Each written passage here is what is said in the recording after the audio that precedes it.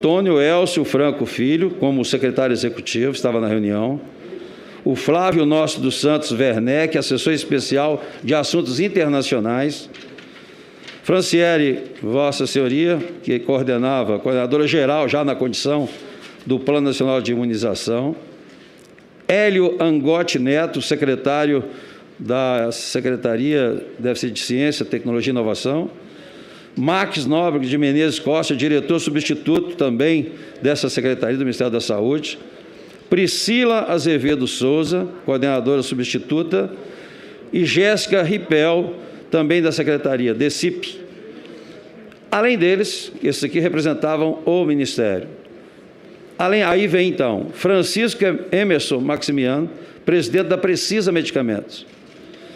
Emanuela Medrades, diretora executiva da Precisa. Túlio Silveira, Parcerias Internacionais e Comprice. Dr. Raches, que é advogado, foi feito por videoconferência, também Mr. Sai, também videoconferência. Venkat, videoconferência. Apov, Kumar, também videoconferência. Aí tem aqui a observação da reunião. Aspectos comerciais e jurídicos, que foi discutido na reunião. O valor da vacina é de $10 americanos por dose, que em razão de eventual aquisição do montante elevado de doses, o valor poderia vir a ser reduzido e estaria aberta a negociação. A empresa Precisa Medicamente apresentou disponibilidade de 46 milhões de doses para aquisição para o Brasil, com entrega prevista para o final do primeiro trimestre de 2021. Esse foi o tema da reunião. Então, eu pediria a Vossa Senhoria que fizesse assim um esforço muito grande, porque isso para a gente é de suma importância, porque essa vacina que foi colocada na época, no dia 20 de novembro, por $10, e óbvio, pela quantidade oferecida, poderia reduzir ainda mais, ela foi, pelo contrato, adquirida por $15, e que gerou toda essa questão da propina, etc., que está sendo discutida. Mas, se Vossa Senhoria puder nos ajudar, relembrando alguma coisa, mesmo que não seja agora, pode ser que Vossa Senhoria lembre depois, mas essa reunião ela foi fundamental para esclarecer esses pontos. Você podia falar alguma coisa assim? Se poderia lembrar?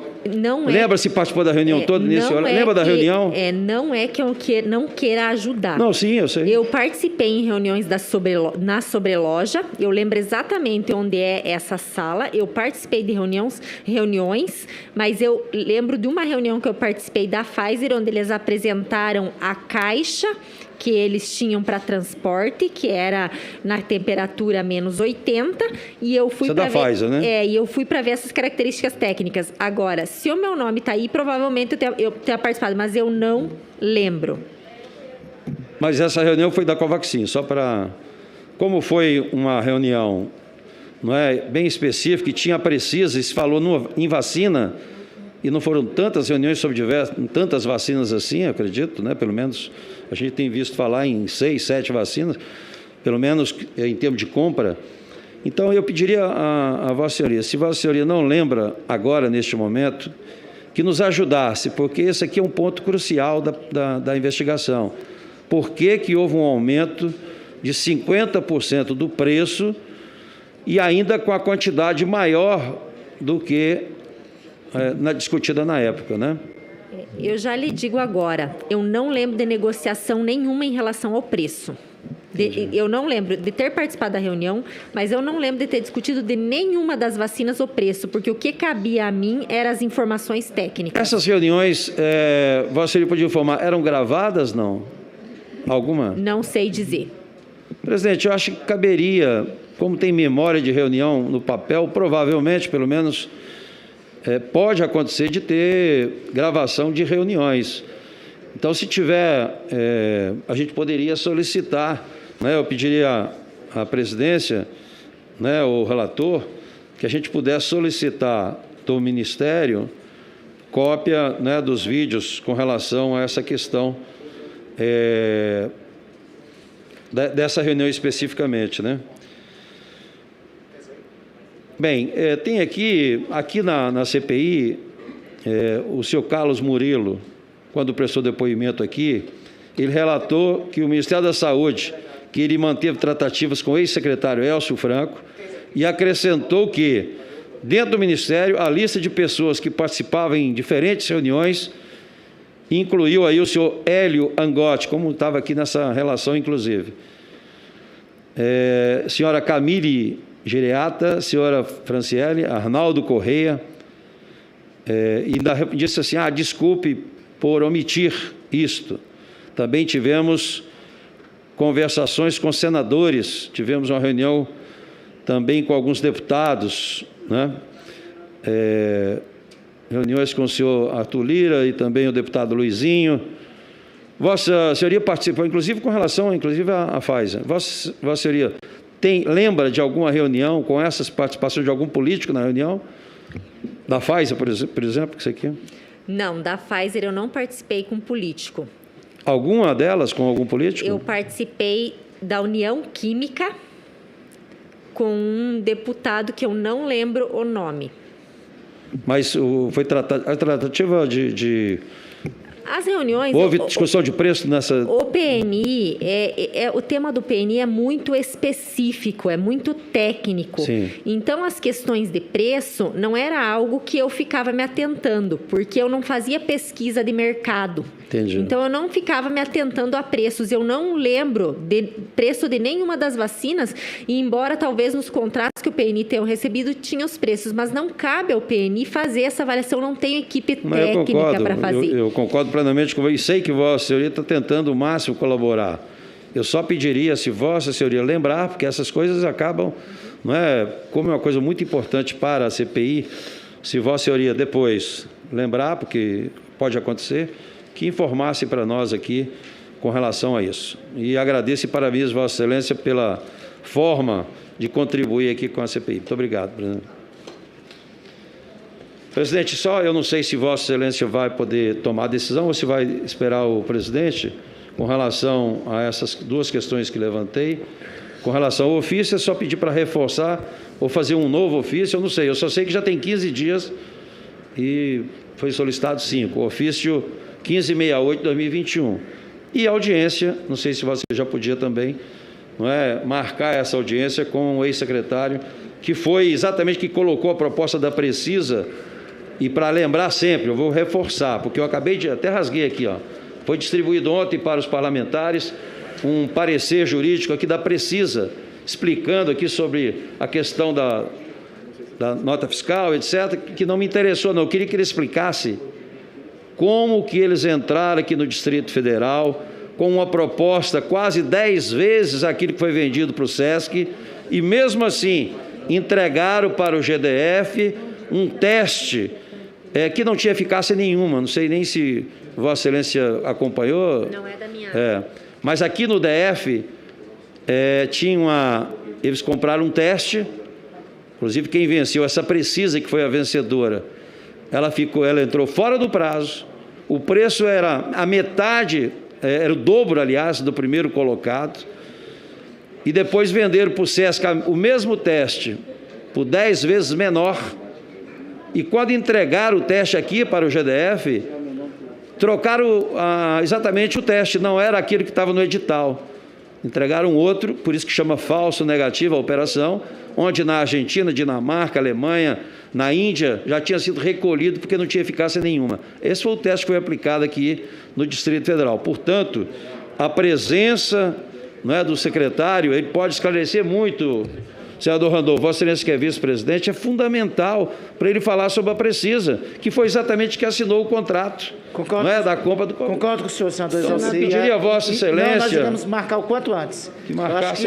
O quanto antes. Eu acho que nos próximos dias é importante esse depoimento. Pronto. Senador Exauci, por se tratar de uma agenda na CPI, o presidente Omar Aziz, não é, ao conduzir aqui, eu pediria a Vossa Excelência que fizesse esse novo pedido para que ele tomasse essa decisão. Tá, peço só o apoio de Vossa Excelência. Por se tratar da ordem do Senhor dia, presidente, senador Randolfo. assim, se Vossa Excelência me permite, claro, até para tranquilizar o senador Exauci, a direção dessa comissão parlamentar de inquérito já discutiu e considerou totalmente pertinente ouvir o depoente apontado pelo senador Exauci feito que nós já encaixaremos com certeza nos próximos depoimentos. Obrigado. Quanto ao ofício, senador Isalci, Vossa Excelência, como já bem colocou, já será naturalmente uma questão automática. Vamos então seguir aos demais inscritos. O senador Eduardo Girão, mas faz uma permuta com o senador Jorginho Melo.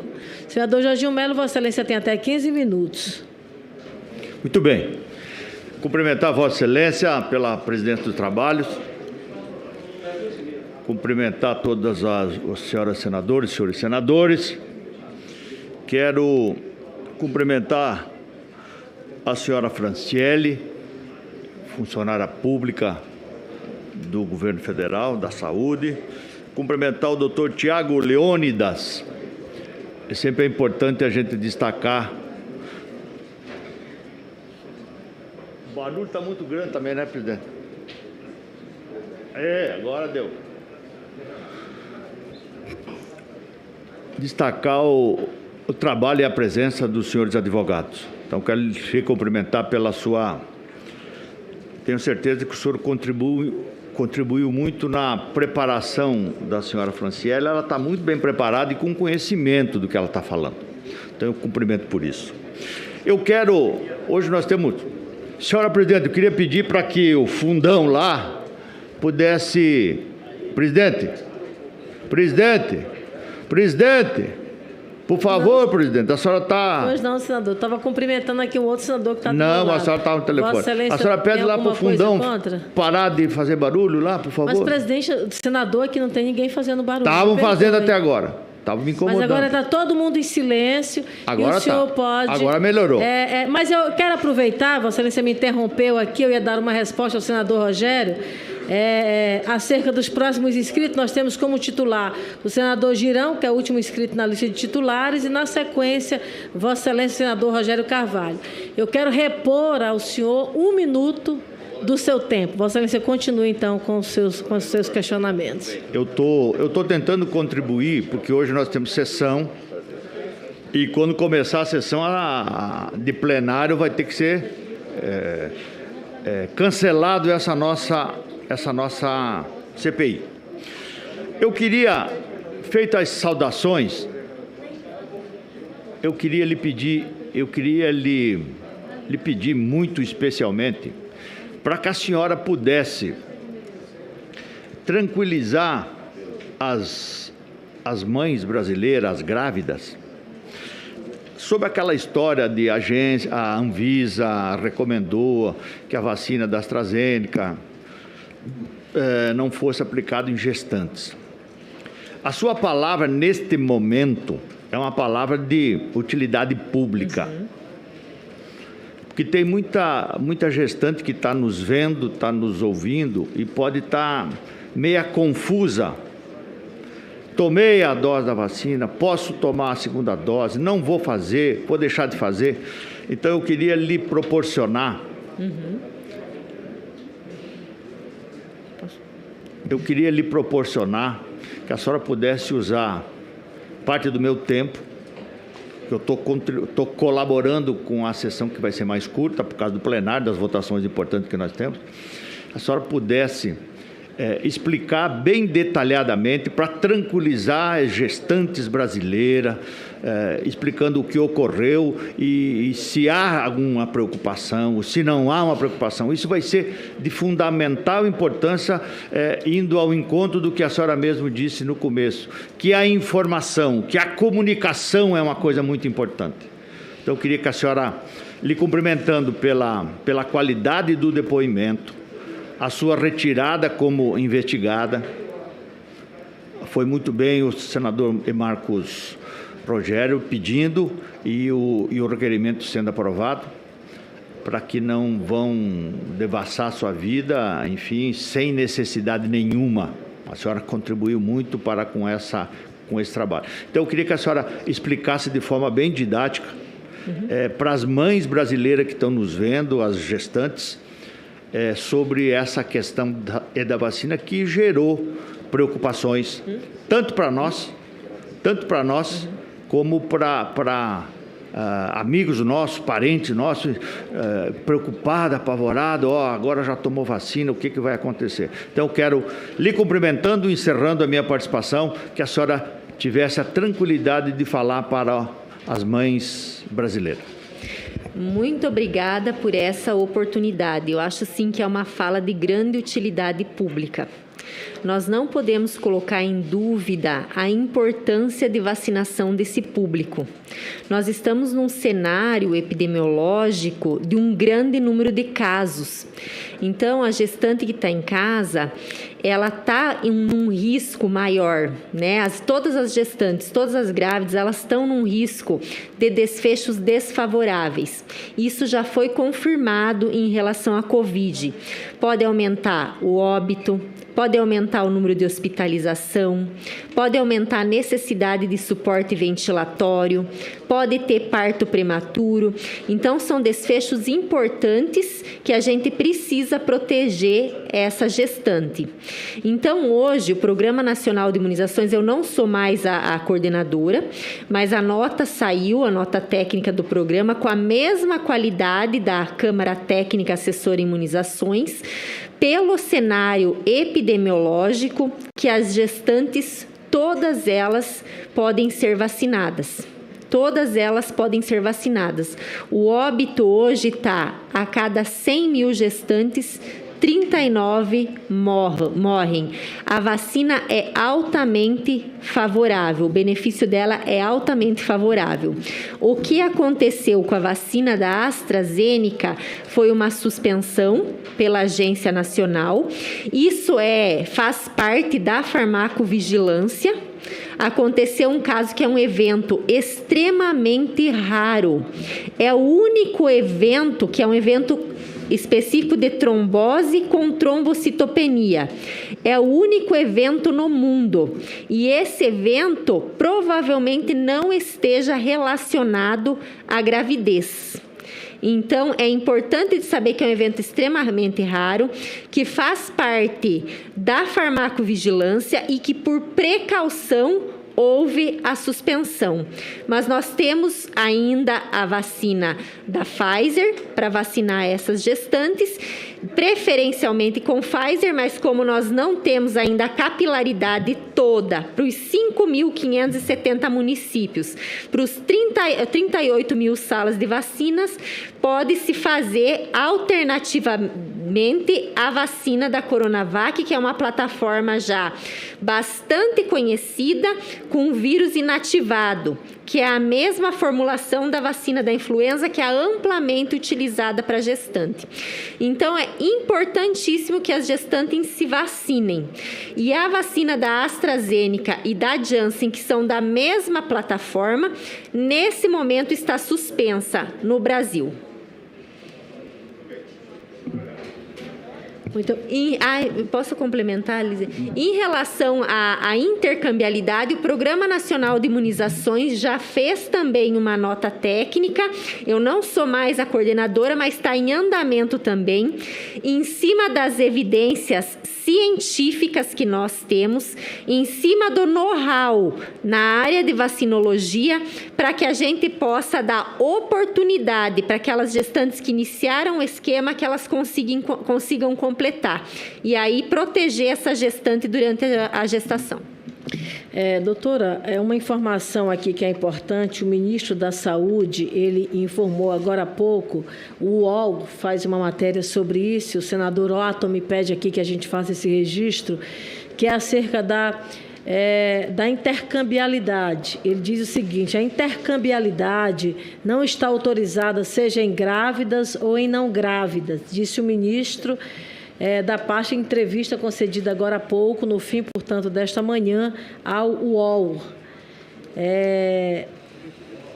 Portanto, a matéria aqui é grande, mas eu vou deixar apenas essa informação que eu acho que é pertinente que seja colocada, ou seja, as grávidas que iniciaram o tratamento, portanto, a vacina com a primeira dose da vacina da farmacêutica, devem aguardar a passagem do período aí, né, portanto, da fase pós-parto, para receber normalmente a segunda fase do imunizante. Aí ele faz uma referência, por exemplo, à AstraZeneca, não é, contra a Covid-19. Eu acho que é uma informação importante. É bom lembrar também que esse é um estudo que ainda está sendo feito não apenas no Brasil, mas em todo o mundo.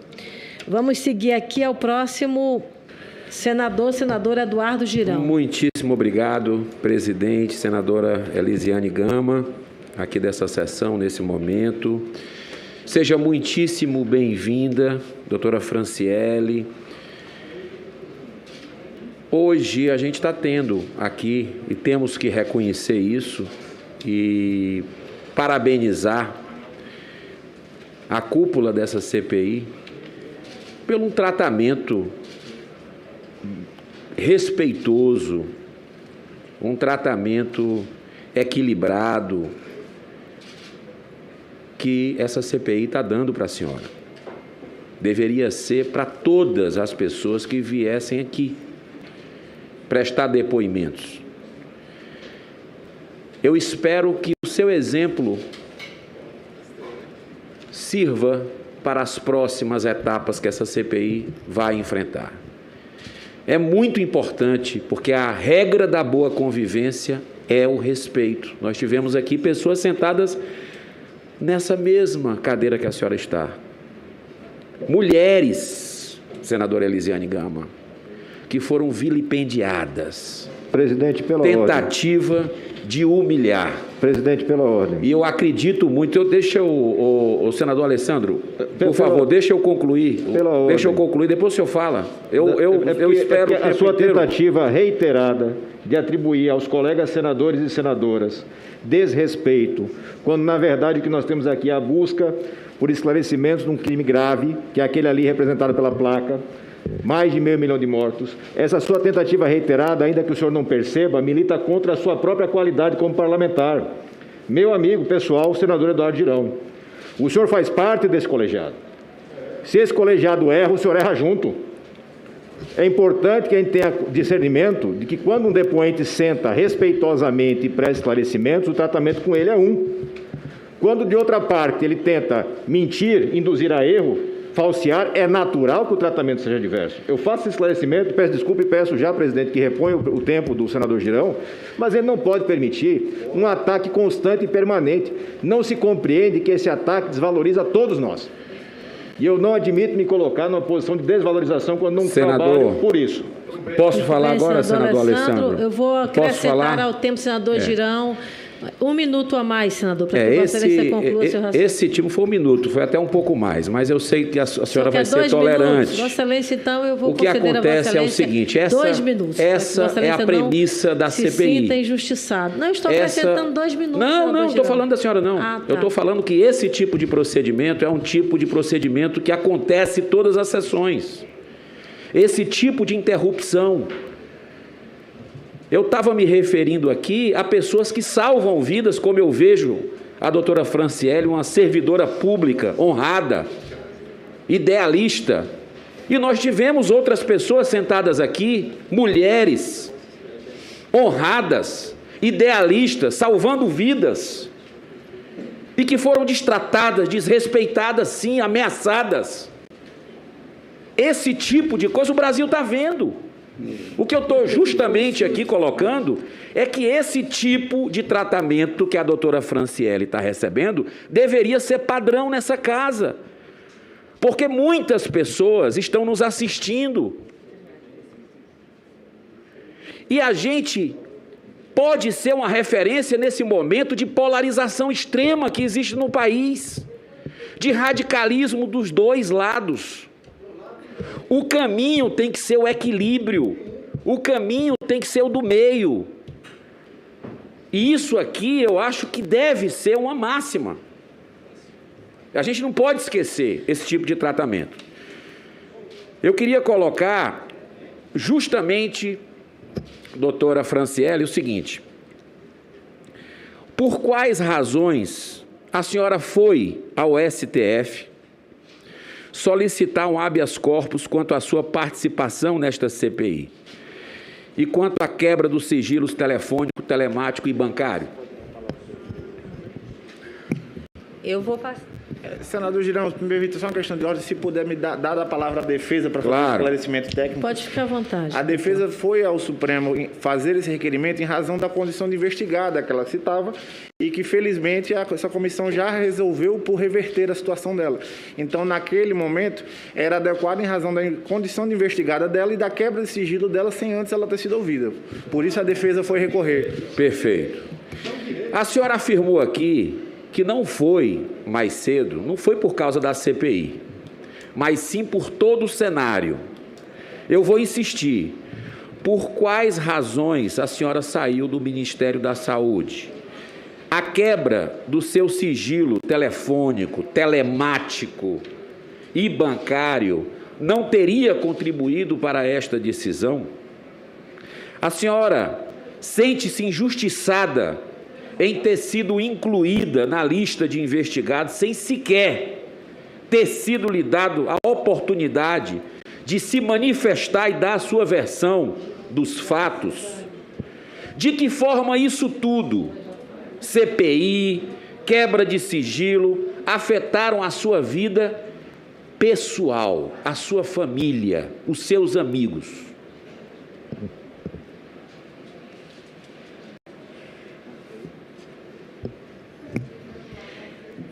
A minha saída foi uma motivação pessoal em relação a esse ambiente de politização, de qualquer lado. O ambiente de politização em relação à vacina. O Programa Nacional de Imunizações nunca sofreu essa politização. Em relação a vir para a CPI, eu senti que eu teria que... Eu não achei que eu não viria, porque como eu coordeno um programa de vacinação, eu imaginei que eu viria para a CPI. Agora, eu não consegui entender por que eu vinha na condição de investigada sem ter sido ouvida. Por isso que eu contratei um advogado, pedi uma orientação e ele me orientou a pedir o habeas corpus. Perfeito. Como coordenadora do PNI, do Programa Nacional de Imunização, a senhora era responsável por decidir grupos prioritários de vacinação e assinar notas técnicas sobre a compra de vacina. A senhora poderia nos relatar quais foram as premissas básicas para a elaboração do PNI? O PNI é responsável pela Política Nacional de Vacinação. Nós elaboramos os calendários, definimos os públicos prioritários para vacinação de qualquer vacina que esteja dentro do calendário de vacinação. Isso tudo com evidência científica, com o cenário epidemiológico que o país apresenta. Em relação à vacinação da Covid, nós utilizamos como objetivos, inicialmente, nós fizemos uma nota onde tinham diferentes cenários. Um dos cenários era objetivando o controle da transmissão, mas era um cenário de incerteza, pois nós não tínhamos nenhuma vacina ainda disponível no mundo. Então, nós fizemos uma modelagem, utilizamos um percentual de cobertura vacinal e utilizamos também uma efetividade assumida e o risco de reprodução, de transmissão.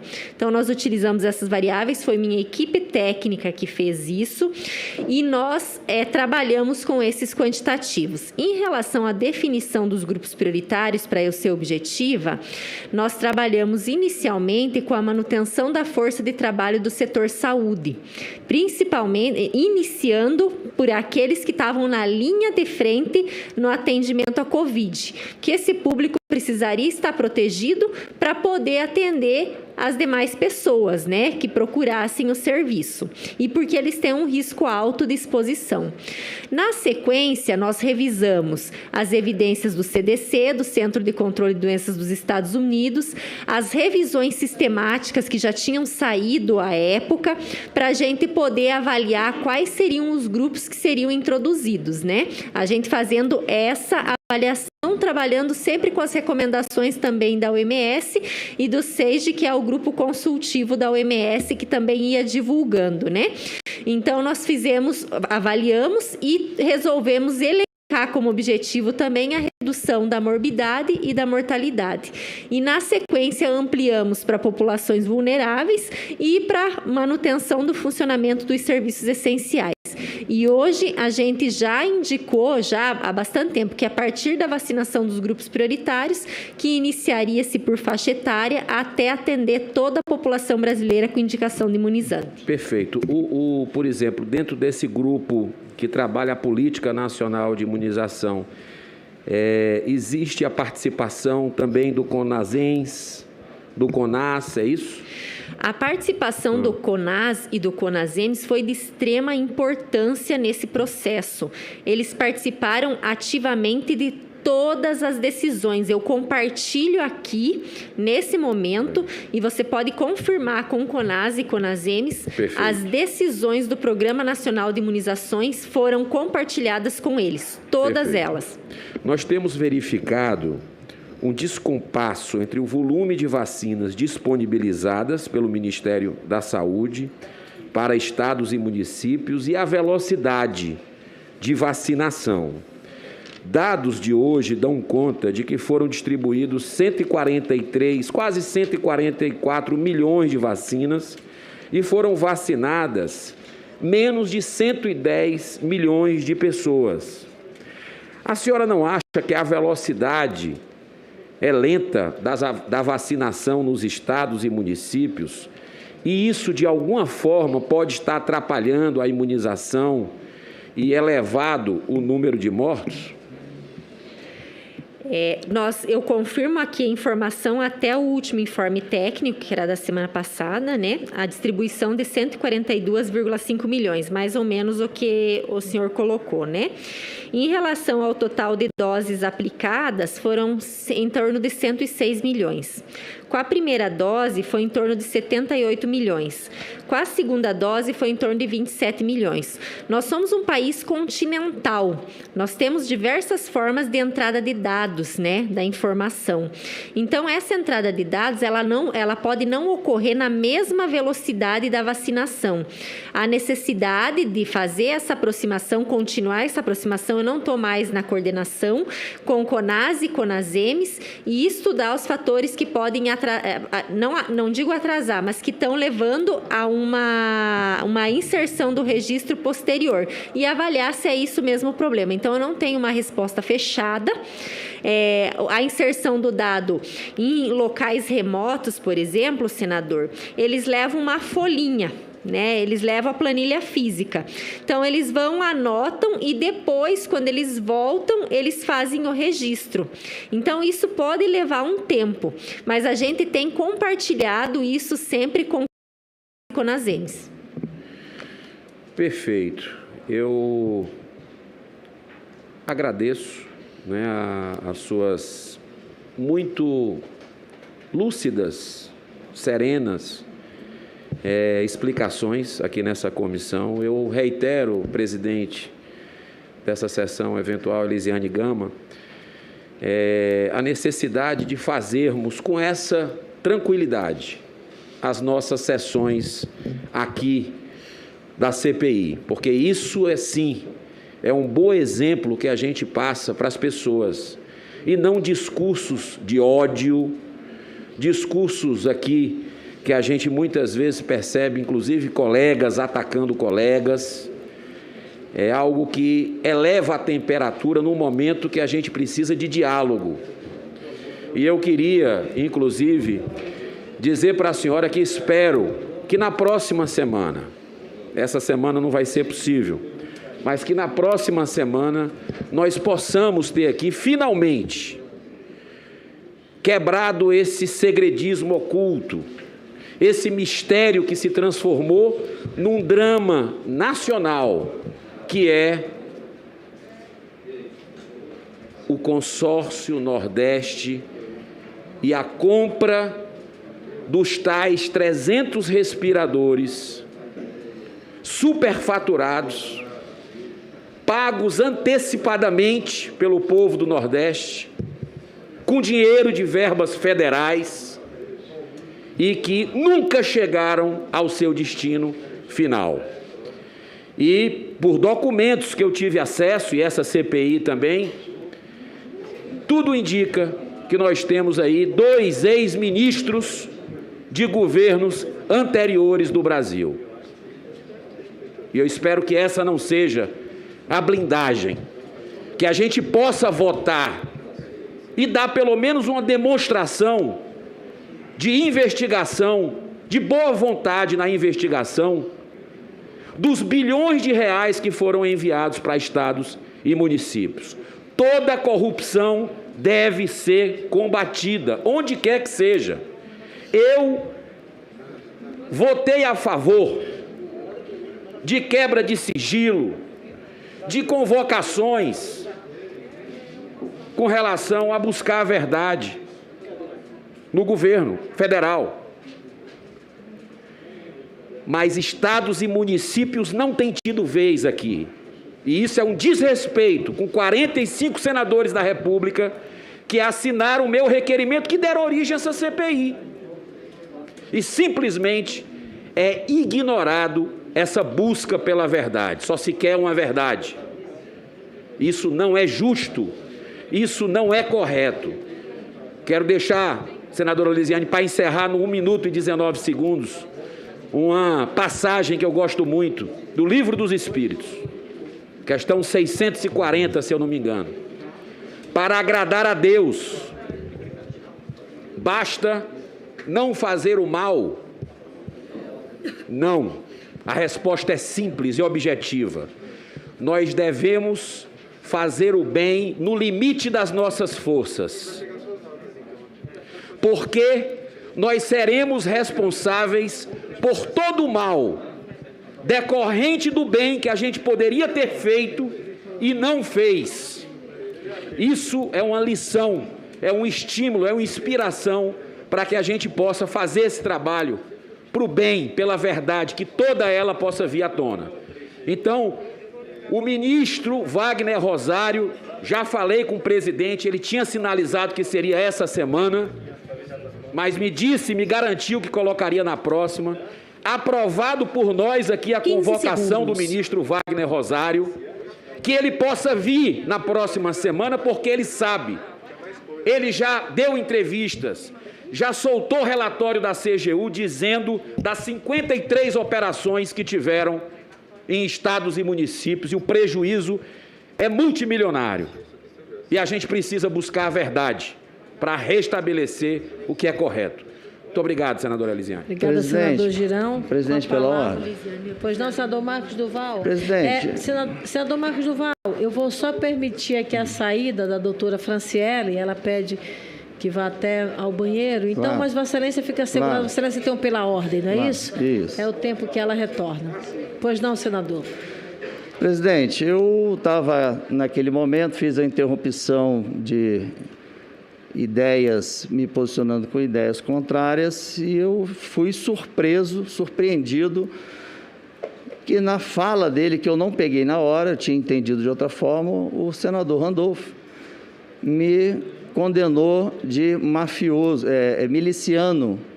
Falou que eu e os milicianos que trabalham comigo, você e seus milicianos, eu não tinha entendido dessa forma, eu tinha entendido você e seus policiais, eu entendi diferente. Eu queria ver se fosse possível até a mesa botar esse trecho do vídeo. Fiz questão de vir até aqui, pedir licença à presidência para citar isso. Fiz questão de ir até lá, antessala, onde ele está, descansando, e convidei ele para estar aqui, porque eu falei, Randolfo, eu vou fazer um pela ordem. Seria muito bom se você pudesse estar presente para que você pudesse até se desculpar, porque eu não vou admitir ser chamado de miliciano. E lá na antessala, eu estou aguardando, eu espero que ele venha, porque nós somos companheiros de trabalho. Eu não estou aqui para arrumar confusão com ninguém, muito pelo contrário. Acho que as pessoas associam a minha carreira como se eu fosse uma pessoa encrenqueira, não tem nada a ver com isso. E eu gostaria que a presidência pudesse, e os meus colegas pudessem ajudar intercedendo nessa situação, porque foi uma situação na iminência da agressão física. Então, eu acho que seria muito prudente da casa. Está aí, se puder botar o vídeo para todo mundo ver, eu acho que foi uma agressividade desnecessária, como se eu estivesse chamando algum companheiro aqui de um adjetivo pejorativo que pudesse desonrar ele perante a família, perante os amigos. Vocês conseguem colocar o vídeo? Não, senador, não tem como colocar agora. Eu quero pedir aqui a Vossa Excelência. Vossa Excelência fala ao vídeo da sessão agora. Da sessão de hoje, de tarde. Não, realmente eu não tenho como colocar agora. Eu tenho já o vídeo. Não, eu queria sim. só passar o vídeo. E seria muito bom que a fala de Vossa Excelência também se desse com a presença do senador Randolph, até para ele poder fazer a contradita. Claro, claro. Mas eu queria pedir a Vossa Excelência, nós estamos aqui no foco da CPI, a nossa depoente, doutora Franciele, retorna. Eu queria pedir aqui a Vossa Excelência, até para a gente manter o nível dos trabalhos da comissão, para que a gente continuasse ouvindo aqui a depoente. Então, logo o senador Randolph pode voltar, claro que ele tem todo o direito de fazer a contradita, naturalmente, que poderá fazer com a fala de Vossa Excelência. Mas, realmente, agora, eu quero indeferir a sua questão de ordem. Eu não tenho como pararmos aqui os trabalhos da CPI para voltar para colocar um vídeo, senador Marcos Duval. Vossa Excelência há de convir comigo que isso fique incoerente. É porque pode ser que para as pessoas, para o entendimento das pessoas, pode ser algo que eu esteja exagerando. Mas foi algo muito forte e vem à minha honra.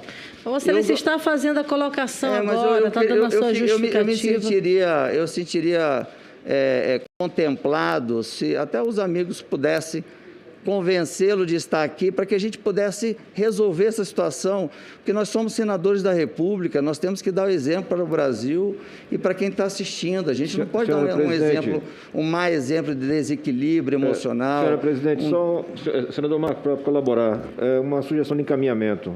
Logo que encerrada a coleta do depoimento da doutora, a gente retoma esse assunto e acho sim que é válida a sua colocação, para que a gente possa deixar claro e evitar qualquer destempero, mas no momento mais oportuno, se Vossa Excelência concordar, e a presidência também. De fato, agora, neste exato momento, nós estamos ouvindo a depoente. Fizemos desde o primeiro início dessa comissão um acordo para que a gente agilizasse. Eu pediria a Vossa Excelência que compreendesse a posição desta mesa neste momento, tá bom? Eu acho que a posição do senador Alessandro é coerente para o final dos trabalhos. Se não tiver começado a ordem do dia no plenário principal, a gente naturalmente poderá fazer isso, ok, senador Marcos Duval? E, é claro, o senador Randolph, ao voltar, terá todo o direito assegurado no regimento interno da Casa, no artigo 14, para fazer a contradita, se for necessário, em relação à sua fala. Ok, senador Marcos Duval? Okay, muito obrigada. Vamos seguir, então, aqui aos demais membros inscritos. Com a palavra agora, o senador senador Rogério Carvalho, Perdão, senador Rogério Carvalho está inscrito como suplente. Apesar de... Desculpa, senador Rogério. Os dois fizeram assim para mim. Rogério Carvalho como suplente, não tem problema nenhum, eu falo na sequência. Mas seria... Não, por favor. Eu não tenho... Pode assegurar a palavra ao meu colega. Senador Rogério Carvalho, pelo tempo de até 15 minutos. Obrigado, senhora presidente, senhor relator. Quero cumprimentar aqui a enfermeira, a mestre, a senhora Franciele, que de livre e espontânea vontade vem aqui e presta esclarecimentos importantes, presta esclarecimentos que a gente não viu ao longo de todo o combate da pandemia pelo governo federal, de forma clara, de forma objetiva, defendendo a vacina, defendendo as medidas não farmacológicas de prevenção de contágio da Covid-19, prega aqui o uso de máscaras, defende a imunidade coletiva a partir da imunização ou da vacinação da maior parte da população ou da população que pode ser vacinada com segurança, e isso é muito bom e isso torna a sessão um tanto quanto mais tranquila, torna a sessão fluida. Mas, como eu venho aqui na CPI, eu sempre lembro que o governo Bolsonaro só apresentou um plano nacional de imunização a partir de uma determinação do STF, do ministro Lewandowski, em dezembro do ano passado, e vimos, ao mesmo tempo, nesse período, uma confusão enorme, uma descoordenação, não especificamente da área que a senhora coordenava, mas na condução da pandemia. Por exemplo, na área que a senhora coordenava, nós tivemos fase 3 aqui no Brasil de várias vacinas. Poderíamos ter adquirido essas vacinas a um preço mais baixo, ter antecipado lotes grandes e remessas grandes de doses para o Brasil, e essa descoordenação toda trouxe grandes danos à população brasileira, principalmente porque nós não tivemos o que a senhora falou aqui desde o início, ou seja, doses à disposição para que o Programa Nacional de Imunização, ou seja, para que a gente tivesse uma sequência sem interrupção do atingimento de metas entre os grupos prioritários numa sequência que foi estabelecida. Também vimos também que os indígenas não aldeados, eles não ficaram entre as prioridades. Os aldeados ficaram dentro da prioridade, mas os não aldeados ficaram de fora. A senhora, ao participar da elaboração deste plano, qual foi a grande dificuldade que a senhora aponta? Que dificuldade marcou a senhora ao elaborar esse plano? Eu já coloquei aqui inicialmente, eu vou reforçar, porque foi essa dificuldade, uma campanha sem dose suficiente e sem campanha publicitária.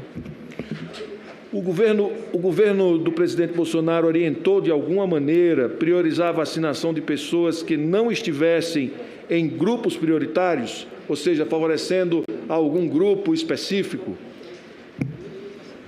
A gente recebeu pressão de diversos segmentos da sociedade, até por meio de documentos que chegaram ao PNI, e nós levamos sempre para a discussão da Câmara Técnica. A única pressão direta de dentro do Ministério foi população privada de liberdade. Para não entrar? A população privada de liberdade, isso. Para não entrar, ok.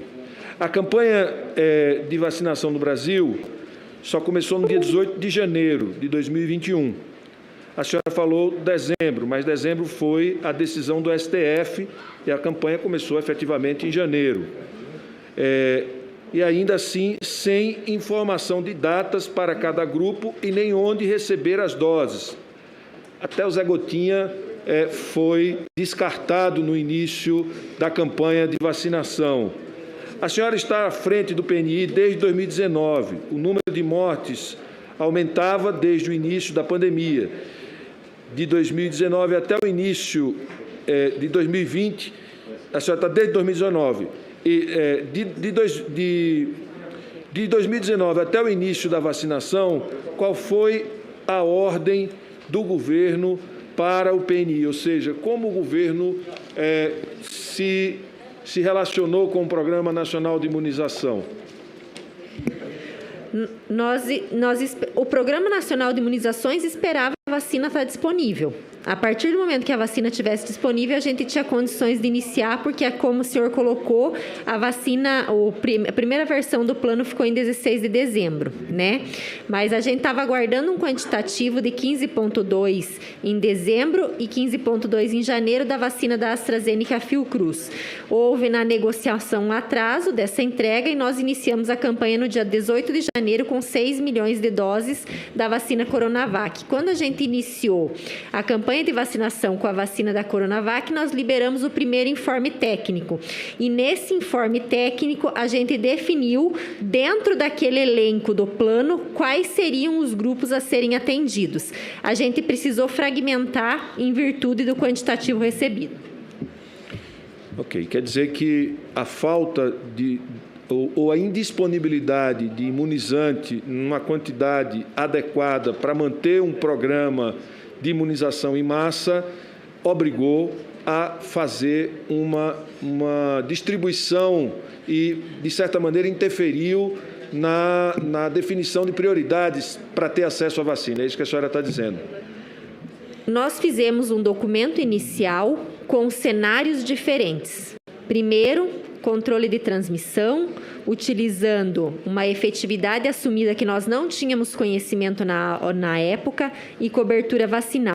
E ainda demos uma segunda opção, que seria começar por grupos prioritários, uma vez que a vacina ainda não estava disponível no mundo. Ok. Mas os Estados Unidos, nesse período, começou a vacinar sem parar e em grandes volumes, e faltava, inclusive, pessoas, eles tiveram que fazer campanha para que as pessoas fossem se vacinar. Nós não poderíamos ter tido esta condição se, por exemplo, a compra ou a negociação com a Pfizer não demorasse 330 dias? O PNI estava preparado para vacinar com a Pfizer. Nós fizemos, se vocês olharem na primeira edição do plano, nós colocamos um memorando de entendimento da Pfizer, onde tinha, então, uma intenção de compra de 70 milhões. E qual foi o papel do PNI? Porque o memorando de entendimento não era o programa que participava. A gente recebeu, eu solicitei, porque eu queria os cronogramas para poder organizar uma campanha, porque não se consegue organizar campanha sem ter um cronograma de entrega. E eu precisava colocar isso na versão do plano. E a primeira entrega que a Pfizer tinha, e isso está público, tá? Na primeira edição, eram 2 milhões de doses para o primeiro trimestre. Então, nós organizamos na edição do plano uma estratégia de vacinação para essas 2 milhões de doses. A senhora participou de algumas reuniões, Como a senhora participou de algumas reuniões com a Covaxin, de quem veio a ordem para incluir a Covaxin no PNI? Do então secretário executivo, Coronel Elcio? Chegou o processo no Programa Nacional de Imunizações e, assim como a gente fez para todas as outras vacinas, nós nos manifestamos tecnicamente, olhando as características do produto. Perfeito. O Roberto Dias estava em alguma reunião para a compra de vacinas? Ele negociou vacinas junto com vocês, não? O PN não participava das negociações, dos fechamentos contratuais. Eu não lembro de ter participado com Roberto Dias. Você já ouviu falar se algum membro do Ministério da Saúde foi indicado pelo Ricardo Barros? Não. Muito bem. Nós todos aqui estamos prestando atenção na fala da senhora desde o início, e a senhora nos apresentou uma equação que ajuda muito a CPI. Vou montar aqui um relato. Eu gostaria que a senhora acompanhasse o raciocínio. A senhora falou em politização do líder da nação. Vimos o presidente Bolsonaro dizer que não ia se vacinar, debochar da Coronavac, que ele chamava de vacina, que se alguém tomasse a vacina viraria jacaré e tantas outras atrocidades. A consequência disso, a senhora fala também. Dúvidas sobre a vacinação. São palavras suas. É bom reforçar. Vimos as pessoas quererem escolher a marca da sua vacina. Idosos com medo da imunização e 3,5 milhões de brasileiros que não voltaram para tomar a segunda dose. A consequência, a senhora apontou inúmeras dificuldades que a senhora mesmo já declinou aqui, e a consequência, estamos vivendo. Nem a metade da população brasileira, ou seja, nem a metade da população brasileira recebeu a primeira dose ainda. A pergunta que eu faço, diante dessa forma como o presidente agiu, a senhora reafirma que essa atuação ela prejudica campanha, plano de imunização, legitimação da vacina, que a gente sabe que é um instrumento fundamental para controlar grandes pandemias, para acabar, inclusive, ou extinguir uma doença, ou seja, dá por extinta uma doença. A gente precisa de vacinação ao longo do tempo.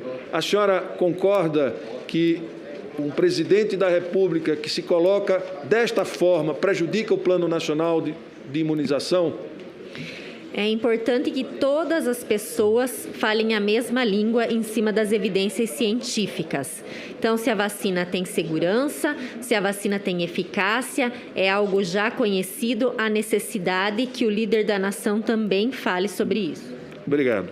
A senhora também diz com os seguintes termos: cenário de escassez de vacinas, campanha fragmentada e falta de comunicação.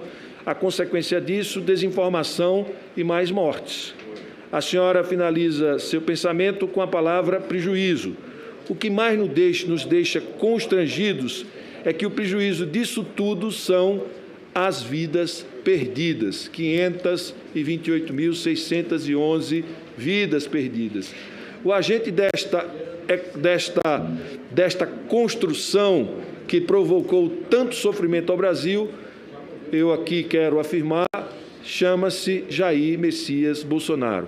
A falta de vacinas foi uma opção política cruel, porque a gente viu aqui em vários vídeos membros que aconselhavam o presidente a questionar a eficiência da vacina, o que é muito importante. A senhora, como coordenadora do Programa Nacional de Imunização, vir aqui reforçar, falar o contrário, da importância do quão é fundamental, e só através da vacina a gente consegue a imunidade de rebanho, a imunidade coletiva, que é o termo mais correto que a gente pode utilizar. Agora, eu queria perguntar para a senhora,